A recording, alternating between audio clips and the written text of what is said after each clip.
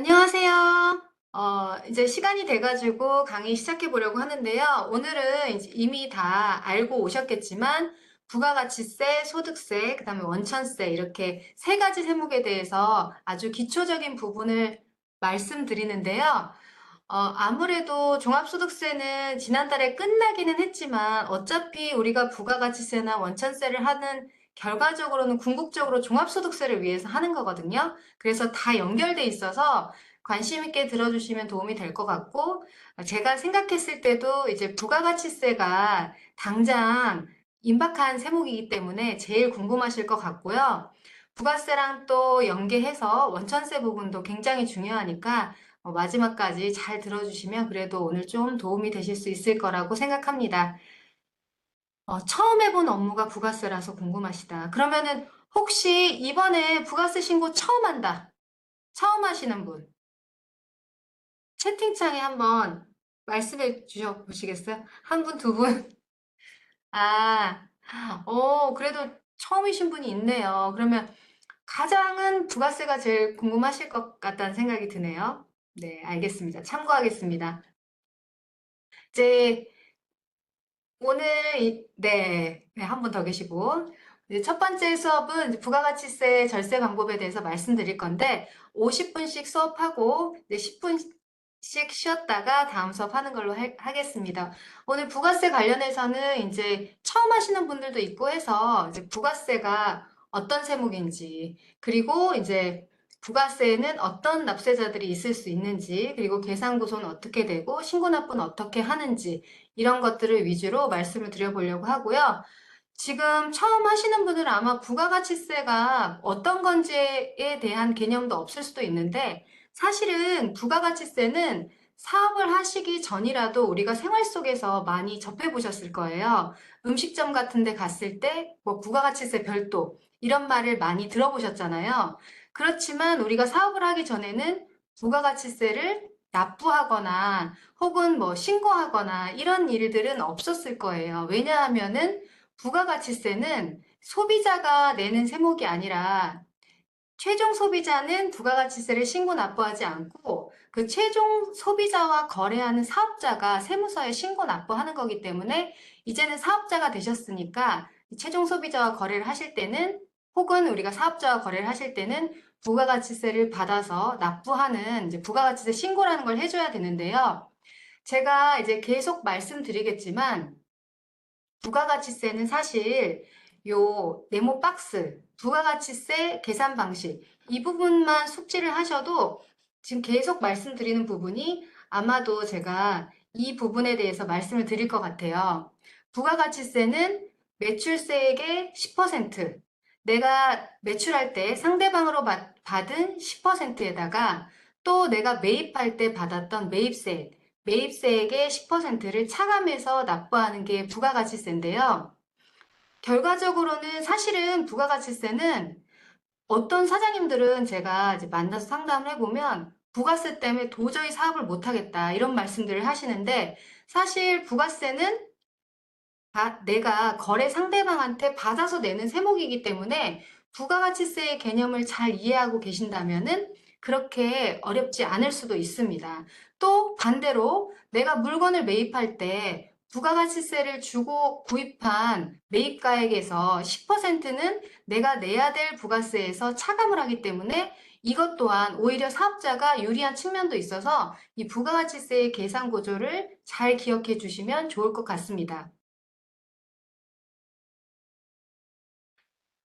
그러면은 이제 부가가치세 과세 대상에 대해서 좀 이해를 해야 되는데, 우리 그 부가세 신고에 대해서 처음 하는 거라서 궁금하다 하셨는데, 혹시 면세사업자 있으실까요? 면세사업자.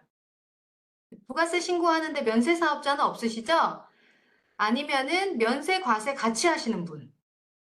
면세 과세 같이 하시는 분 없으시고, 전부 그러면은 과세사업자세요? 어, 일단 이제 부가가치세 과세 대상은 이제 면과세 같이 있는 분이 있으시네요. 네. 이 부가가치세 과세 대상은 제가 과세라는 표현을 썼잖아요. 결론을 말씀드리면 면세는 부가세가 과세되지 않습니다. 그러니까 부가가치세 신고 의무가 없는 거예요. 그러면 과세 대상에서는 과세 대상에 포함되는 거래를 하고 있다면 이제 부가가치세 신고 대상이 될 확률이 높은 건데 사업자가 하는 모든 재화와 용역은 원래는 과세 대상인데 이 중에서 이제 면세 품목을 따로 열거한 것 뿐인데요.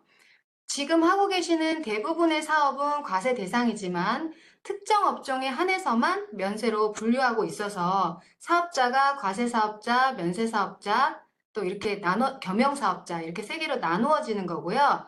제가 지금 사업자의 구분을 말씀드렸듯이 우리 지금 사업자 등록증 나와 있는 것 중에서 어떤 분은 과세 사업자, 어떤 분은 면세 사업자, 어떤 분은 과세 면세 겸용 사업자 이렇게 나와 있으신데 사실 그 과세 사업자도 한 가지가 아니라 두 가지로 분류가 됩니다.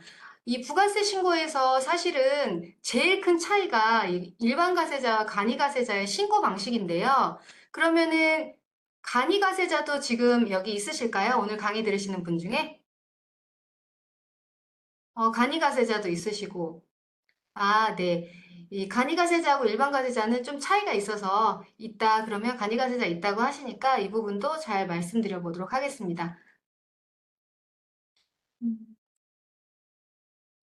우선 이제 지금은 다 사업자 등록을 내신 상태인데 우선 그 부가가치세 아까 전에 부가가치세 납부 대상은 범위가 상당히 광범위하기 때문에 대부분은 면세 품목으로 열거된 게 아니고는 과세 대상 사업자가 되시는 거고요. 이 과세 대상 사업자인 분들은 당연히 사업자 등록증을 내주셔야 되는데 사업자 등록은 우리가 사업장을 개시하면 개시일로부터 20일 이내에 등록 신청을 해주셔야 되고요. 간혹가다 이제 허가사항이 있어가지고 아직 등록 신청을 못했다 이런 분들이 있으세요. 그런데 이제 나중에 매입세 공제에 대해서 설명하겠지만 사업자 등록일로부터 일정 기간 이내에 있는 것만 부가세를 줄여주는 역할을 할 수 있기 때문에 사업자 등록을 정상적으로 해주는 게 굉장히 중요합니다. 그래서 만에 하나 우리 허가사항 때문에 사업자 등록을 바로 못 내는 경우가 있다면 우선 신청서를 내고 사후에 허가사항을 보완해가지고 허가증을 제출함으로써 그 사업자 등록증을 유효하게 하시면 될 것 같고요. 그리고 그 혹시라도 아직 사업자 등록을 못했다. 오늘 강의 듣는 분들 중에서 사업자 등록 못하신 분은 없을 것 같지만 그런 분들은 이제 지금이라도 일정 시기까지는 사업자 등록을 사후에 하더라도 인정을 해주고 있으니까 지금이라도 사업자 등록을 낼 수 있도록 해주시면 좋을 것 같습니다. 어, 지금 이게 자료가 막 꼬여가지고 네. 그럼 이제 아까 간이가세자 있다고 하셨는데 원래 이제 부가가치세는 제가 아까 산식에서 매출세액의 10%에서 매입세액의 10%를 공제한다 이렇게 말씀을 드렸는데 아주 예외적으로 매출세액의 10%를 부가세로 내지 않는 사업자가 있어요. 그거는 지금 말씀드릴 간이가세자인데요. 과거에는 간이가세자가 이제 4,800만 원 이하일 경우에는 간이가세자로 봤었는데 이제 소상공인들한테 세제 혜택을 많이 주기 위해서 간이가세자의 범위를 확대했습니다. 그래서 4,800만 원이 아니라 1년간 매출액이 1억 400만 원 미만인 경우에는 간이가세자에 해당이 되는데요. 일반 가세자와 간이 가세자의 제일 큰 차이가 일반 가세자의 경우에는 매출의 10%에서 매입세, 그러니까 매입한 거의 10%를 세금으로 차감해서 납부세액을 내야 되지만 간이 가세자의 경우에는 매출의 10%가 아니라 업종별로 정하고 있는 부가율을 곱하게 돼 있어요. 아까 전에 그 간이 가세자라고 말씀하셨던 분 혹시 업종이 어떻게 되세요? 도소매. 도소매의 경우에는 만약에 도소매의 업종별 부가가치율이 10%다. 그러면 100만 원 매출에서 매입세액이 10만 원이 발생해야 되는데 이 간이가세자인 분들은 매출액의 업종별 부가가치율 10%면 그중에 10분의 1, 10만 원의 10%를 세금으로 납부하게 되는 거니까 일반 가세자에 비해서 굉장히 큰 세제 혜택이 있는 겁니다. 그러나 다만 이렇게 매출세액을 아주 드라마틱하게 줄여주기 때문에 매입세 공제를 할 때도 일반 과세자처럼 똑같이 10%를 해주는 게 아니라 그중에 일부분만 공제를 받고 있어서 이 부분 참고해 주셔야 되고요. 또 한 가지, 그러면은 사업자는 무조건 일반 과세자로 내야 되겠구나. 지금이라도 내가 만약에 일반 과세자인데 그러면 지금이라도 일반 과세자 하지 말고 간이 과세자를 해야 되나 이런 생각이 드실 수도 있는데요. 간이 과세자는 간이 과세자의 경우에는 한 가지 꼭 주의를 해주셔야 됩니다. 뭐냐면 지금 말씀드린 대로 이제 무조건 간이가세자가 돼야 되겠다라고 생각할 수 있는데 이 부분을 잘 생각하셔야 돼요. 간이가세자의 경우에는 기본적으로 세금 계산서를 발행할 수 없습니다. 그리고 우리 맨 처음에 사업자 냈을 때 막 식당 같은 거 하시면 설비 투자 같은 거 많잖아요.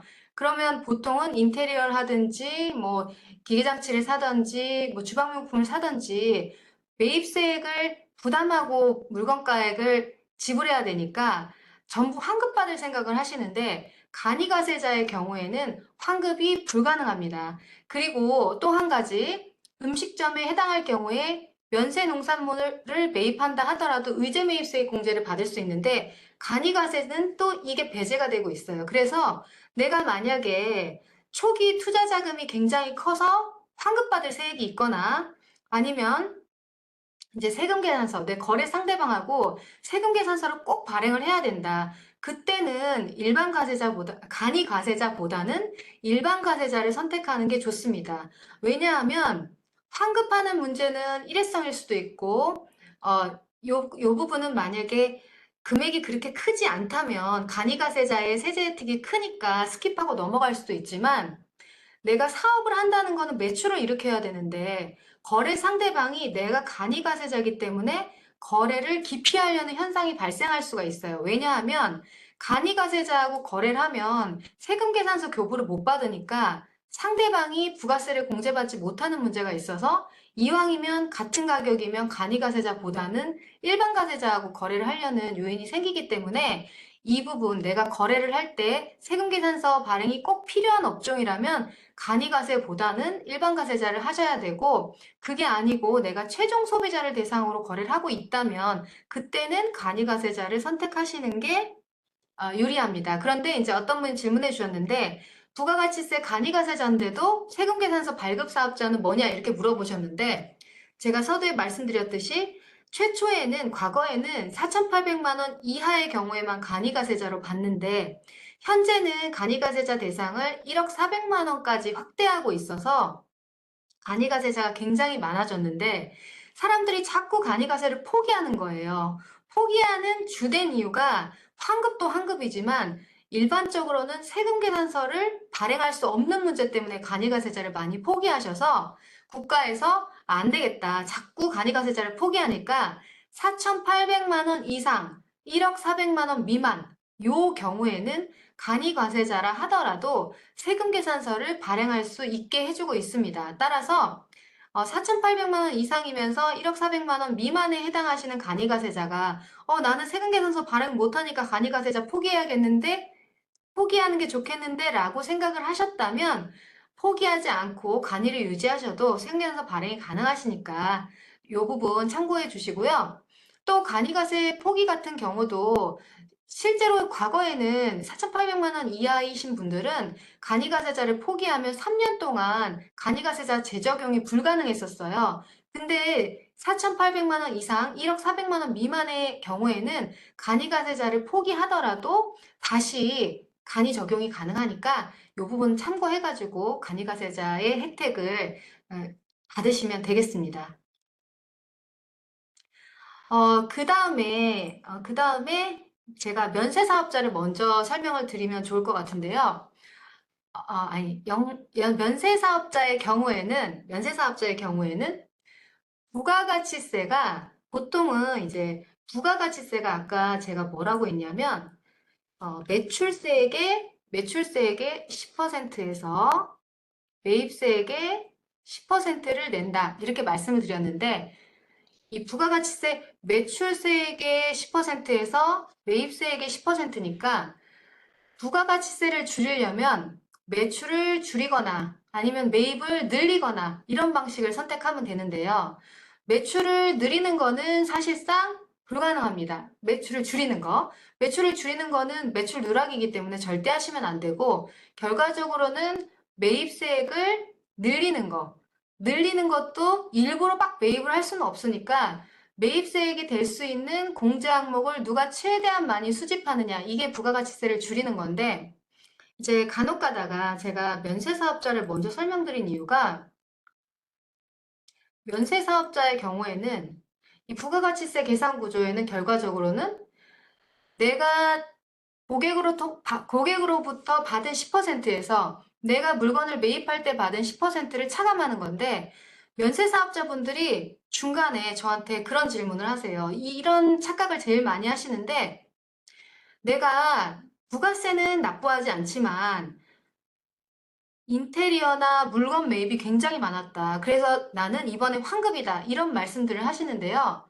이 첫 번째 줄 보시면 아시겠지만 부가가치세 면세 사업자는 일정한 재화 용역 공급에 대해서 우리가 흔히 알고 있는 면세 품목들이 뭐냐면 우리의 실생활과 밀접하게 관련이 되어 있는 뭐 의료 영역이라든지 아니면 식자재라든지 교육이라든지 우리 생활에 꼭 필요한 것들은 이제 면세 사업자로 분류하고 있는데요. 이런 분들은 아예 부가가치세 납세 의무를 면제해주고 있습니다. 면제해주는 이유가 뭐냐면, 부가가치세라는 거는 최종 소비자가 내는 세목이 아니에요.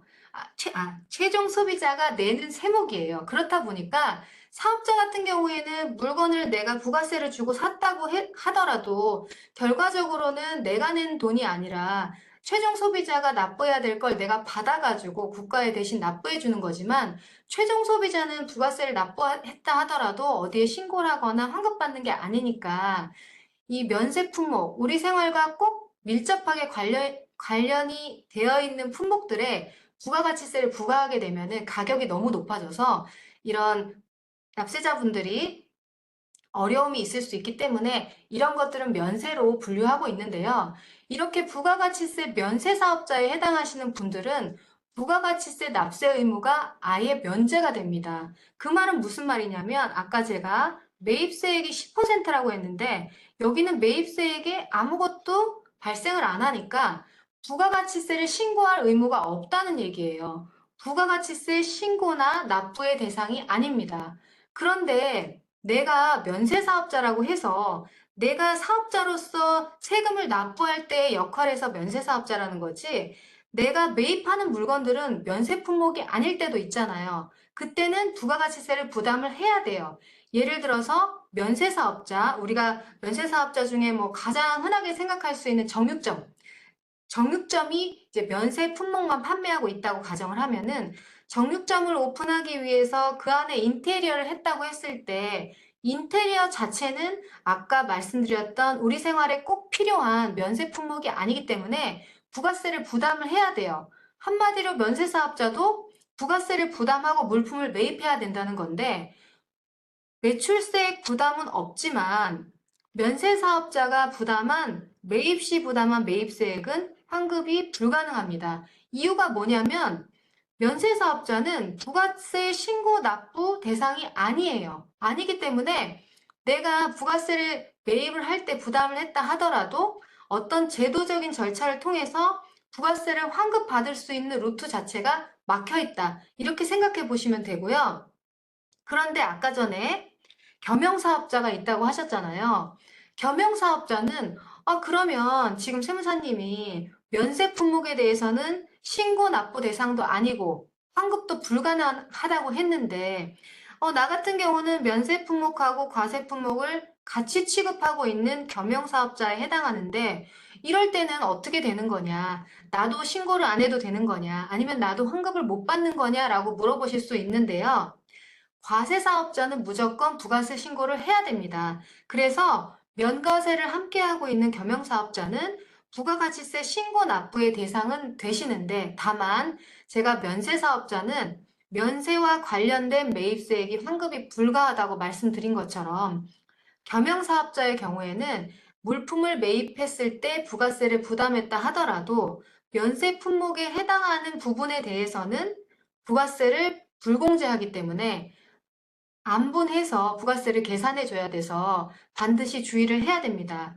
예를 들어서 뭐 이런 게 있을 수 있는 거예요. 내가 지금 면세 품목과 과세 품목을 우리 그 편의점 같은 곳에서 식자재도 팔고 완제품도 팔고 이러는데 면세품과 과세품을 함께 공급하고 있을 때 뭐 면세 매입, 과세 매입 따로 구분되어 있지만 우리 임대료라든지 통신비라든지 이런 것들은 결과적으로 면세 사업과 과세 사업에 동시에 쓰고 있는 매입이라서 그 부분은 면세와 과세 사업을 안 분해가지고 일정 부분만 공제를 받을 수 있다는 거 면세 사업자분들 혹은 겸용사업자분들은 참고하시면 좋을 것 같고요. 이거하고 많이 헷갈리시는 게 이제 영세율 사업자인데요. 면세 사업자에서 제일 많이 기억하셔야 될 거는 결과적으로는 부가세 신고 납부 대상이 아니다. 그래서 환급은 당연히 받을 수 없다. 이게 제일 중요한 내용이고요. 이거랑 차이가 있는 게 바로 영세율 사업자입니다. 영세율 사업자는 일단 매출세액이 0이에요. 아까 면세 사업자는 매출세액이 X입니다. X. 아예 없어요. 면세는 제외해 주는 거기 때문에 아예 없는데 영세율 사업자는 원래는 매출세액이 있는데 0으로 보겠다는 거예요. 매출세액이 0인 거고. 그러면은 원래 부가세 과세 사업자는 아까 10%에서 매입세액의 10%를 빼준다. 그거를 납부세액으로 한다. 이렇게 봤었다면 영세율은 여기 뒤에는 그대로 있는데 앞에 부분이 10%가 아니고 얘를 면세는 아예 X여서 성립이 안 했지만 성립을 못한다고 봤지만 앞에가 얘는 0%인 거예요. 0%. 그 말은 아까 면세 사업자는 제가 환급 자체가 안 된다고 말씀을 드렸잖아요. 그런데 영세율 사업자는 매출세액만 0으로 보는 거기 때문에 매입세액이 전액 환급이 됩니다. 그래서 보통은 영세율 사업자를 환급 사업자로 알고 계신 분들이 많이 있으세요. 매번 부가세 신고 때마다 환급이 되니까 이렇게 알고 계신 거고 당연히 영세율 사업자는 부가가치세 신고 납부 대상이 됩니다. 그런데 지금 제가 과세사업자, 간이가세자, 영세율 사업자, 면세사업자 이렇게 말씀을 드렸는데 이제 간이가세자는 10%가 아니라 그중에 업종별 부가율을 곱해서 계산하니까 세제 혜택이 되게 크다 이렇게 말씀을 드렸으니 당연히 부가가치세법상에서는 굉장히 유리한 입장에 있는 건데 사실상 가장 유리한 사업자를 부가가치세법만 가지고 꼽자면 바로 이 영세율 사업자라고 할 수 있습니다. 왜냐하면 매출세액이 0이고 매입세액이 전액 환급이 되니까 영세율 사업자에 해당하면 영세율 사업자를 안 할 이유가 없는데 이렇게 세제 혜택이 크다 보니까 영세율 사업자는 지금 말씀드리는 이런 항목에 해당될 경우에만 영세율 사업자로 볼 수 있도록 영세율 사업에 해당하는 것으로 볼 수 있도록 지정이 되어 있고요. 대부분은 이 영세율 사업이라는 게 국외 외화 획득을 목적으로 매출세액을 0으로 해주는 거기 때문에 보시면 아시겠지만 수출과 관련된 것들 아니면 해외에 제공하는 용역에 대해서만 영세율을 적용해주고 있습니다. 뭐 그 밖에 장애인 사업이라든지 아니면은 우리 뭐 주한미군에 납품을 한다든지 이런 것들 조특법에서 따로 정해놓고 있긴 한데 예외적인 사항이라서 따로 나열하진 않았고요.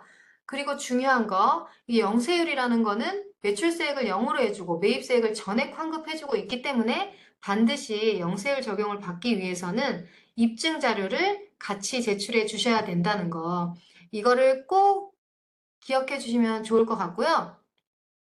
아마 근데 우리 오늘 세무기 기초세법이라서 영세율 사업자니 면세 사업자니 겸용 사업자니 이런 거는 크게 궁금하지 않으실 것 같고요. 이제 대상 구조 혹은 공제 대상 세액이 뭔지 공제받지 못할 세액이 뭔지 이게 제일 중요하고 관심도 많으실 것 같아요. 아, 네. 제가 지금 뭐 답변 못 드린 거 이따 다 답변 드릴 거고요. 우선 지금 보내주신 거 중에서 네, 간이가세자 매출액 기준 4,800만 원이라고 했는데 아, 잠시만요. 위에도 너무 많아요. 이건 이따가 제가 한꺼번에 다 답변 드릴게요. 우선 그러면 이제 오늘 하는 것 중에서 가장 직접적인 도움이 될 수 있는 것들, 부가가치세 계산 구조 및 납부세액에 대해서 말씀드릴 건데요. 먼저 부가가치세 계산 구조를 보면요. 부가가치세 계산 구조는 이 부분이 제일 중요합니다. 이 부분. 우리가 매출할 때 세금계산서도 발급을 하고, 그 다음에 신용카드, 현금영수증으로도 매출하고, 그 다음에 현금 매출도 있을 수 있고, 그래요. 그리고 영세율은 해당 사항이 있는 분들 별로 없을 거고요. 요거 궁금하신 분들 있을지도 모르겠는데, 내가 세금계산서를, 원래는 세금계산서를 거래가 있으면 발행을 해야 되는데, 가끔 어때요? 납세자분한테 제가 세금 신고할 때 여쭤보면은, 매입만 잔뜩 있고 매출이 없는 경우가 있어요. 사장님, 왜 매입은 있는데 물건을 매입했거나 어떤 서비스를 매입 세금 계산서를 발행했다는 거는 관련된 매출이 있을 것 같은데 왜 매출 세금 계산서 없나요? 이렇게 여쭤보면은 상대방이 부가세를 안 줘가지고 계산서 발행을 안 해주셨다는 거예요. 근데 이렇게 하면 큰일 납니다. 왜냐하면 요새는 매입자 발행 세금 계산서라는 게 있어요. 내가 발행을 해주지 않으면 거래 상대방이 나하고 거래가 있었다는 사실을 국세청에 통보를 해서 내가 매출자는 아니지만 거꾸로 세금계산서를 발행할 수도 있기 때문에 요거 좀 주의를 해주셔야 되고요. 우리 통상적인 경우에 해당된다면은 요거는 없으실 테니까. 그러면 매출액은 이제 세금계산서 발급하신 거, 그 다음에 이제 신용카드나 현금영수증 매출하신 거, 아니면 현금 매출 최근에는 거의 없지만 또 현금 매출 하신 경우 있을 수 있고, 이 현금 매출 부분이 또 있을 수가 있는 게 요새는 도소매 하시는 분들이 소셜 이용해가지고 매출을 많이 일으키시잖아요. 우리 많이 알고 있는 네이버라든지 아니면 또 갑자기 기억이 안 나네요. 그런 데서 이렇게 매출 발생하는 경우가 많으니까 쿠팡이나 이런 데에서는 아직도 현금 매출이 있어가지고 구분해가지고 매출을 이렇게 해주는 건데 처음에 말씀드린 대로 부가가치세는 특별한 영세율에 해당하지 않는다면 10%. 지금 우리는 부가가치세 매출세액을 세금계산서 1,000만 원, 신용카드 500만 원 해서 1,500만 원에 10%. 그래서 지금 여기 숫자가 잘못 나왔는데 150만 원이에요. 150만 원. 이렇게 보시면 되고요. 150만 원 발생하는 거고. 그 다음 매입세액으로는 이제 요 매입세액이 결과적으로는 아까 제가 매출세액은 줄이기 어렵다고 했잖아요. 매출을 줄였다는 거는 매출을 누락했다는 거니까요. 근데 매입세액의 경우가 결과적으로 부가세를 조금 내냐, 많이 내냐, 요거를 이제 그 차이를 결정짓는 건데, 그렇다면 부가가치세 매입세액에 뭐가 들어가야 되는지 아셔야 되는데, 적격 증빙을 통해서 수취한 매입 자료만이 부가가치세를 줄일 수 있습니다. 여기서 일반 매입으로 표현된 거는 세금계산서 매입을 말씀드리는 거고요. 그 밖에 공제 매입세액에서 의미하는 거는 우리 현금영수증이나 신용카드로 매입하신 것들을 의미하는 거예요. 그래서 세금계산서 900만 원, 신용카드 300만 원 만약에 매입하신 내용이 있다면 여기도 10% 적용을 해서 매입세 공제 120만 원, 그래서 매출세 150만 원에서 120만 원을 차감하면 그 차액 30만 원을 부가세로 납부하시게 되는 겁니다. 그러면 이제 제일 중요한 공제대상 매입세액인데요. 공제대상 매입세액은 적격 증빙만 가능합니다. 적격 증빙. 적격 증빙인데 세금계산서는 당연히 적격 증빙이고요. 전자만 되냐 이렇게 물어보시는 분들도 있는데 종이도 가능합니다. 종이 세금계산서든 전자세금계산서든 발급받으신 세금계산서는 당연히 적격 증빙이 되는 거고요. 이제 수입세금계산서는 아까 영세율 거래하시는 분들이 주로 해당 사항이 있겠고, 그 다음 신용카드로 매입하신 것들, 현금영수증 매입한 것들, 이런 것도 적격 증빙에 해당할 수 있습니다. 물론 간이 영수증도 3만 원 이하의 경우에는 적격 증빙이 맞기는 하지만 부가세에서 매입세 공제까지 적용시켜 주진 않기 때문에 우리가 부가세를 줄일 수 있는 적격 증빙은 신용카드 매입이나 현금영수증, 세금계산서 이렇게 세 가지로 기억해 주시면 될 것 같은데요. 그런데 그러면은 이제 신용카드로 매입한 게 전부 다 부가가치세 매입세액을 줄일 수 있냐? 그거는 아닙니다. 네, 뭐와 관련돼 있어야 되냐면 자기의 사업을 위해서 우리 사업과 관련이 돼 있어야 돼요. 근데 이제 간혹 가다가 애매한 항목들 있잖아요. 사업과 관련돼 있는데 뭐 홈플러스 같은 데서 이용했다든지 아니면 이마트 같은 데 요새는 또 뭐 코스트코 이런 데서는 사무용품도 팔고 또 우리 그냥 가정에서 쓰는 것들도 동시에 판매하고 있어서 이게 사업과 관련됐는지 안 됐는지 입증을 할 때 어려움이 있을 수 있으니까 우리 카드 사용하실 때 사업용 카드를 분류해가지고 그 카드로 그 매입세액을 결제를 해주시면은 그 입증 책임에서 조금 더 자유로울 수 있을 것 같고요. 이제 가장 많이 놓치시는 게 세금계산서는 이제 당연히 부가세 주고 발급을 받으시면 되는 거라서 이게 내가 납부를 했으니까 아, 이건 매입세액 줄일 수 있구나. 이거 인지하기가 쉬운데 신용카드 부분에서 제일 많이 차이가 나는 것 같아요. 특히나 이제 세무사 사무실에 맡기지 않는 경우도 있기 때문에 이런 경우는 이게 너무 어려우니까 신용카드 매입이나 현금영수증 매입을 아예 제외하고 신고하는 경우가 많이 있는데요.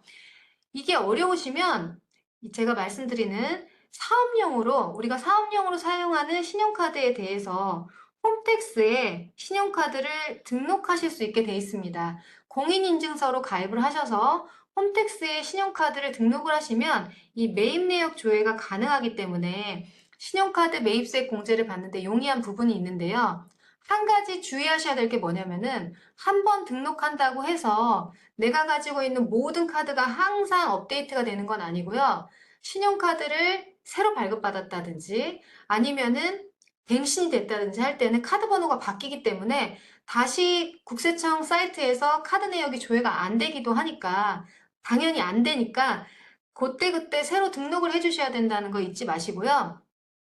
또 우리가 그 등록된 카드에 한해서는 세무서에서도 그 사업 관련 비용으로 인지를 할 가능성이 높기 때문에 등록을 안 하게 되면 내가 사업 관련 비용이 카드 부분을 빼고 판단을 하게 되니까 적격 증빙이 되게 작아 보일 수가 있어요. 그래서 부가세 공제를 받든지 안 받든지 꼭 등록을 해주시는 게 좋을 것 같고 당연히 등록을 했으면 사업과 관련된 신용카드 매입이나 현금영수증 발행건에 대해서는 부가세 공제를 받을 수 있도록 해주시는 게 좋을 것 같고요. 또 현금영수증 같은 경우도 사업하기 전에 이제 근로자로 계셨던 분들은 이제 아무 생각 없이 아, 내 핸드폰 번호나 뭐 주민번호로 현금영수증 발행받으면 되겠지라고 생각하실 수 있는데 이제 사업자 된 이후에는 주민번호나 핸드폰 번호로 받지 마시고 사업자용 지출증빙이라는 과정을 통해서 그 현금영수증 발행을 받으시고요. 지출증빙 발행 받으실 때는 그 우리 현금영수증 발행할 때 뭐 누르라고 하잖아요. 그때 사업자 번호를 입력해 주시면 됩니다.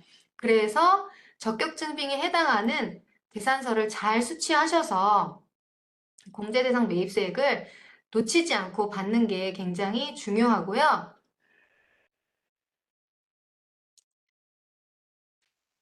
그 다음에 하나, 이제 음식업에 해당하시는 분들은 아까 이제 적격증빙에 해당하는 것이 부가세를 줄일 수 있다, 이렇게 말씀을 드렸는데, 예외적으로 내가 부가세 부담을 하지 않았지만, 공제가 되는 매입세액이 있습니다. 공제가 되는 매입세액이 있는데, 아, 신용카드 중에서 법인카드는 자동 등록 아닌가요? 네, 법인카드 같은 경우는 자동 등록인데 지금 오늘 강의 들으시는 분들이 소득세도 있고 그렇다 보니까 대부분 그 개인이라고 생각하고 제가 말씀드렸고요.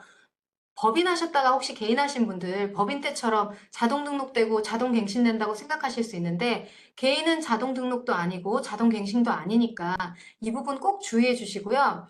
만약에 이제 세무사 사무실 통해서 업무 처리하는 경우에도 저희가 사무실에서 업무 처리하고 납세자분한테 이 결과를 말씀드렸을 때 차이가 가장 많이 나는 부분이 뭐냐면 카드 매입세 공제 부분이에요. 근데 이 나중에 원인을 파악해 보면 카드가 갱신됐거나 혹은 재발급 받아가지고 홈택스에 안 떠 있는 경우가 대부분이거든요. 그러니까 오늘 이제 사업 강의 들으시는 분들은 사업용 카드가 홈택스에 제대로 등록돼 있는지 혹시 등록 안 돼 있는 게 있다면 추가로 등록을 해야 되는 건 없는지 확인해 보신다면은 다가오는 부가세 신고에서 도움이 되실 거라고 생각합니다.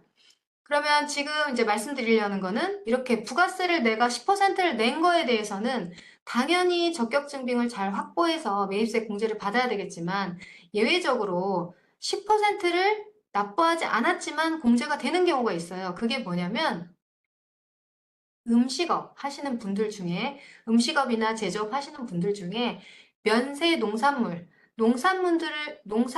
매입해서 내가 판매하는 물품은 부가세를 과세하는 물품을 판매할 때 이분들이 불이익을 보지 않기 위해서 이제 의제 매입세 공제라는 걸 해주는데요. 개인 사업자의 경우에는 최대 거의 9%니까 부가세를 안 냈는데도 10%에 준하는 부가세를 공제를 해주니 당연히 매입자를 잘 수취해야 되는데 이때 받아야 되는 자료는 세금계산서가 아니고 계산서예요. 계산서니까 요거 계산서를 받더라도 부가세를 내가 음식점을 하고 있으면 부가세를 줄일 수 있으니까 이걸 꼭 준비를 해두시는 게 좋고요. 간혹가다 이런 말씀하시는 분들이 있어요.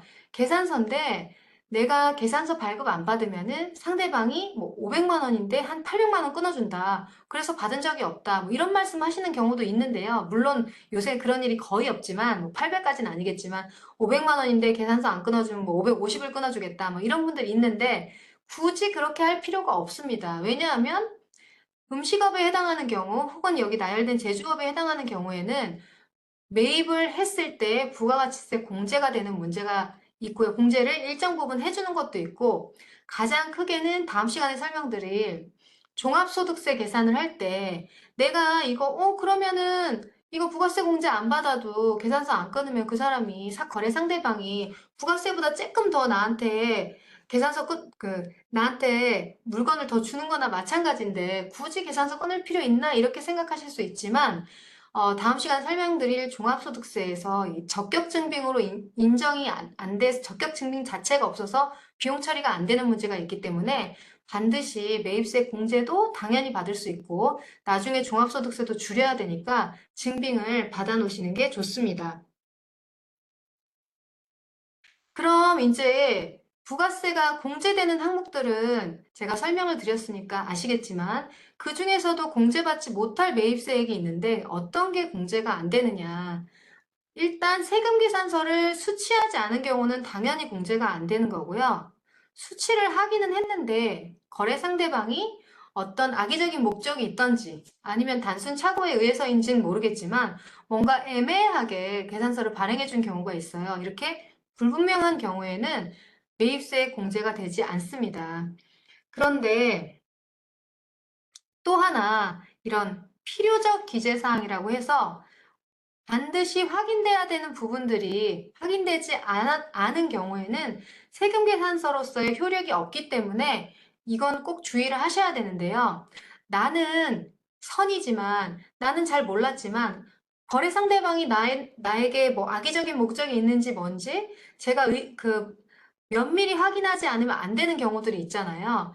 그래서 요 임의적 기재상 간혹가다 뭐 이름이 틀린다든지 아니면은 뭐 수량이 약간 잘못된다든지 날짜가 조금 틀렸다든지 이런 것들에 대해서는 효력에는 영향을 미치지 않고 단순 수정만 하면 되는데 아무리 그렇다 하더라도 이 정도는 꼭 확인을 해라. 왜냐면 상대방이 가공세금계산서를 끊을 수도 있는 거고 실제로 사업을 안 하는 사람일 수도 있고 또 명의를 달리해서 하는 사업자일 수도 있고 그렇기 때문에 최소한 그 사람의 이름, 그 다음에 상호, 그 다음 등록번호가 사업자 등록증과 일치하는지 정도는 확인을 해주시는 게 좋을 것 같고요. 만약에 이 불일치되는 항목이 있다고 하면 그때는 세금계산서로서의 효력이 없기 때문에 계산서를 발급받고도 혹은 내가 부가가치세를 다 납부하고도 매입세 공제가 안 될 수도 있으니까 이 부분 꼭 주의를 해주시고요. 그 다음에 가장 많이 주의해 주셔야 될 질문도 많은 내용이 뭐냐면 공제받지 못할 매입세액으로 구분된 아까 얘가 순서가 첫 번째 세금계산서를 미수취했거나 불분명한 것이라고 말씀드렸잖아요. 두 번째는 사업과 관련이 없는 매입세액입니다. 아까 제가 우리 홈플러스 같은 거 이런 경우에는 집에서 쓴 거하고 내 사업 관련해서 쓴 거하고 사실 구분이 잘 안 되잖아요. 구분이 잘 안 되기 때문에 이게 내 매입세액에 맞는지 안 맞는지 헷갈리는 경우가 있을 수가 있는데 사업과 관련이 없으면 이때는 적격 증빙의 형태, 세금 계산서를 발행했거나 아니면 현금 영수증을 발급받았거나 신용카드로 결제를 했다 하더라도 가사경비 관련해서는 매입세액이 공제되지 않습니다. 그렇다 보니까 내가 예측하는 부가세하고 뭐 세무사 사무실에서 계산하는 부가세하고 차이가 있거나 아니면 내가 세무서에 제출했는데 세무서에서 소명을 해주세요라고 나왔을 때 이런 부분들은 바로 부인당하게 돼요. 그러니까 아까 말씀드린 대로 이게 애매하다면 내가 그 항상 주장에 대해서 근거를 마련해 놓는 것이 너무 어렵다. 그렇다면은 사업용 카드와 사업용 카드가 아닌 거를 구분해서 쓰신다면 좀 이 부분이 해소가 될 것 같고요. 그 다음 이제 3번은 이해가 안 되실 수도 있는데 우리 차량 관련해서 종합소득세하고도 연관이 되는 건데 차는 사실은 우리가 사업 관련해서 아마 대부분 쓰실 거예요. 보통 뭐 차를 여러 대 갖고 있는 게 아니니까 사업하시면서 차 한 대 있으면 거래처 갈 때도 쓰고 내가 뭐 물건 매입하러 갈 때도 쓰고 대부분 사업장과 관련된 걸로 쓰기는 쓰시는데 그럼에도 불구하고 차량에 대해서 세무서의 입장은 뭐냐면 구분이 안 된다는 거예요. 사업을 관련해서 쓰는 건지, 아니면 그냥 개인적으로 뭐, 개인적 용무를 위해서 쓰는 건지, 뭐, 가족들하고 같이 시간을 보내려고 쓰는 건지, 이런 게 구분이 도저히 안 되니까, 이 차량에 한해서는 아예 공제가 되는 차량을 정해놨습니다. 공제 대상 차량은 9인승 이상의 승합차거나 아니면 배기량 1000cc 이하 승용 자동차, 승합 자동차, 화물 자동차인데요. 그러면 이 공제받지 못할 매입세액에 해당하는 차량이 굉장히 많으실 거예요. 근데 거꾸로 생각해 보면은 내가 차를 구입해야 되는 상황이라면 9인승 이상이나 아니면은 1000cc 이하의 승용 자동차를 구입하셨을 때는 매입세액도 공제받을 수 있고 차량 구입가액의 10%도 부가세 공제가 되는 거니까 차를 싸게 사는 효과도 같이 발생을 하는 거예요. 그러면은 이거 1000cc 이하 승용 자동차 도대체 뭐뭐 있냐 그러시는데 그렇게 많지는 않습니다. 요새는 요거 모닝이나 가장 대표적인 차가 모닝이나 레이나 아니면은 어 1000cc 이하 요새 그 캐스퍼 요 정도가 해당 사항이 있을 것 같고요. 9인승 이상인데 그래도 활용 가치가 있는 차로는 우리 카니발 9인승 뭐 이런 것들은 해당 사항이 있을 것 같고 화물 자동차나 승합차는 당연히 공제가 가능합니다. 여기서 영업용이 아닌 승용차 이제 이거 이외에는 전부 다 영업용이 아닌 승용차로 보고 있는데요. 영업용이 아닌 승용차와 관련된 차량을 구입하는 거 혹은 차량을 유지하는 거 두 개 다 관련이 되니까 만약에 카니발을 샀다. 카니발이 뭐 한 4천만 원 정도라면은 카니발 같은 경우는 9인승 이상 차량이 해당돼서 공제가 가능하니까 4천만 원이면 400만 원도 공제받고 그 다음 카니발에 들어가는 유류비 혹은 수리비 이 모든 것들, 이 유지에 관련된 매입세액도 공제가 되는 거니까 차량이 이미 있으신 분들은 어쩔 수 없겠는데 차량을 새롭게 구매하시는데 차종에 크게 구애받지 않으신다. 그렇다면 배기량 1000cc 이상 소형차는 뭐 조금 뭐 사업하시는데 큰 도움이 안 된다라고 하시면 이제 승합차 활용하시면 그래도 부가세를 줄이는 데 있어서 큰 도움이 되실 것 같고요.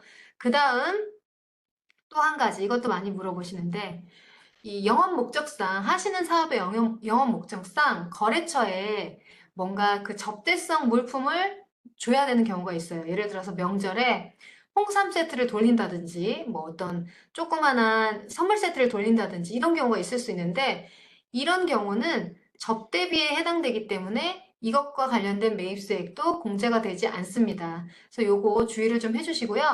면세 사업과 관련된 거는 공제 안 된다는 거 아까 말씀드려서 겸용사업일 경우에는 면세사업 부분을 안분해서 공제가 안 되게 잘 해주셔야 된다는 거고, 그 토지 관련된 것도 매입세액은 공제가 안 돼서, 이거 오피스텔 구입하시면은 잘 아실 거예요. 그리고 아까 사업자 등록, 그 부가세 신고에 맨 처음은 사업자 등록이다 말씀을 드렸는데, 사업자 등록 신청하기 전에 매입세액은 공제가 안 되기 때문에 이것도 기억해 주시면 좋을 것 같습니다.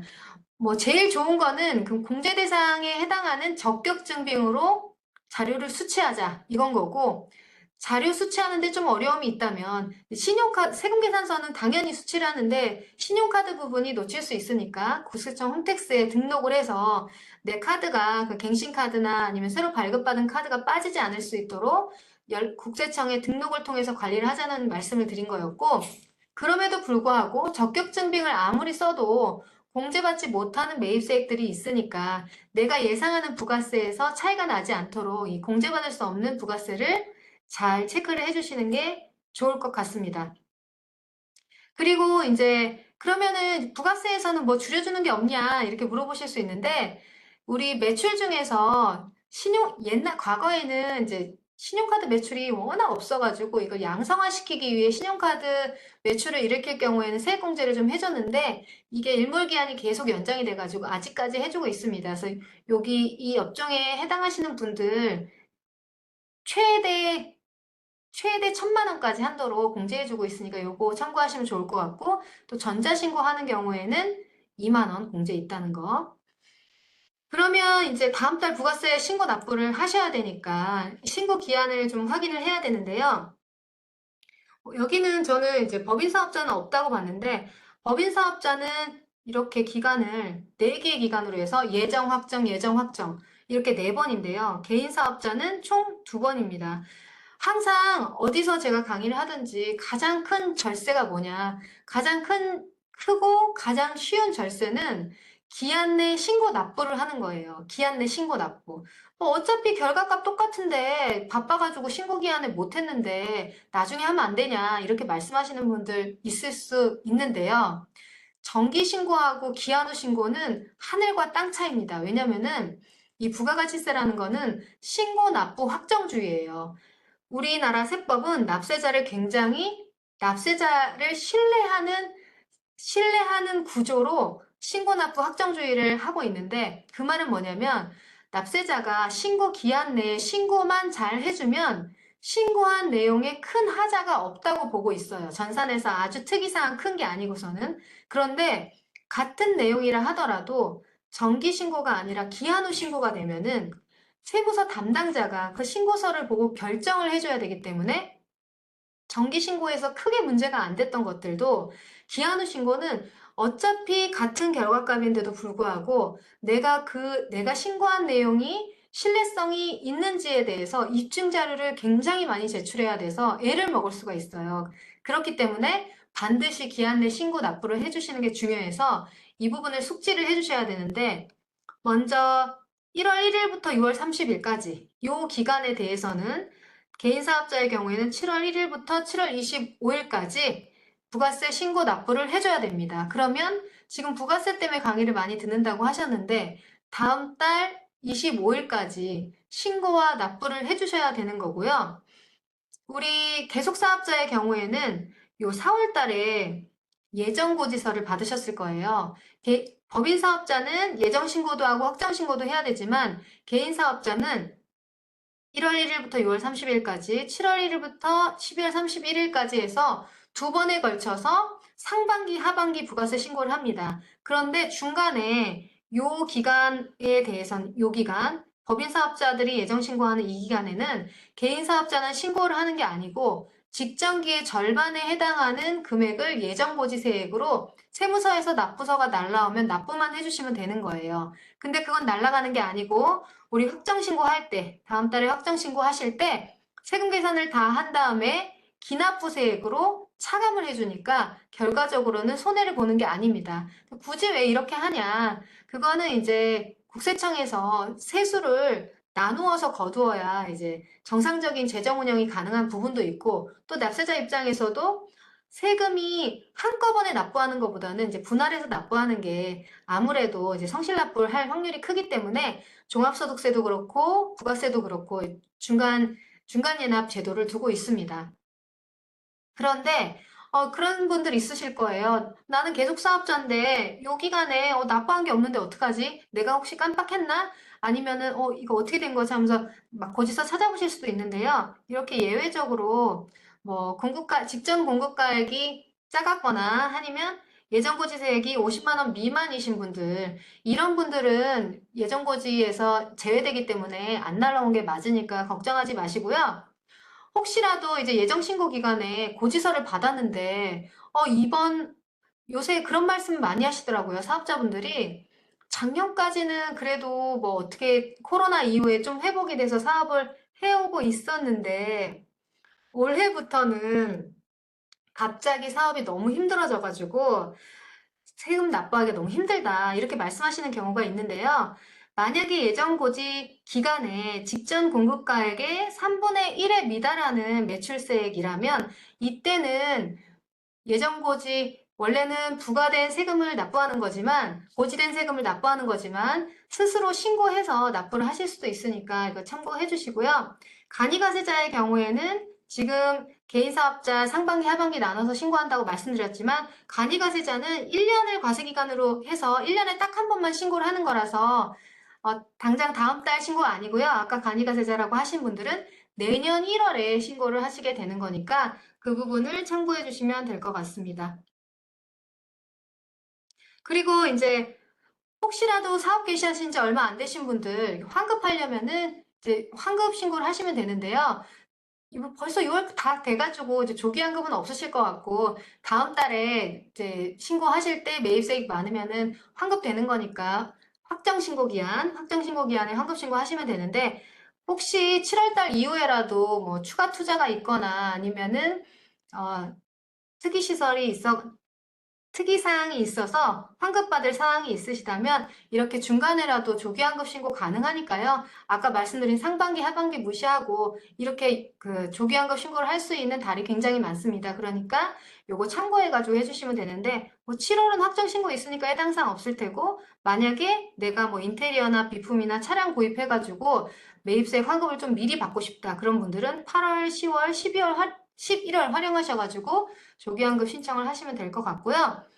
아까 말씀드린 대로 이제 부가가치세를 줄일 수 있는 가장 큰 거는 기한 내 신고 나쁘다. 왜냐하면은 뭐 적격증빙 수치하고 뭐 빠짐없이 누락이 안 될 수 있도록 다 꼼꼼히 챙겨서 하는 것도 중요한데 그거보다 더 상위에 있는 거는 기한 내 신고 납부를 해주시는 겁니다. 기한 내 신고 납부하지 않았을 때 뭐 기한 후 신고해도 되지만 아까 그 과세관청에서 결정을 해야 되는 문제 때문에 좀 번거로울 수 있다. 그래서 기한 내 신고를 해라. 이렇게도 말씀을 드렸는데 그거보다 더한 문제는 어쨌든 직접적인 불이익, 금전적으로 가산세가 있어요. 가산세가 있는데 보시면 아시겠지만 무신고의 경우에는 가산세가 20%나 됩니다.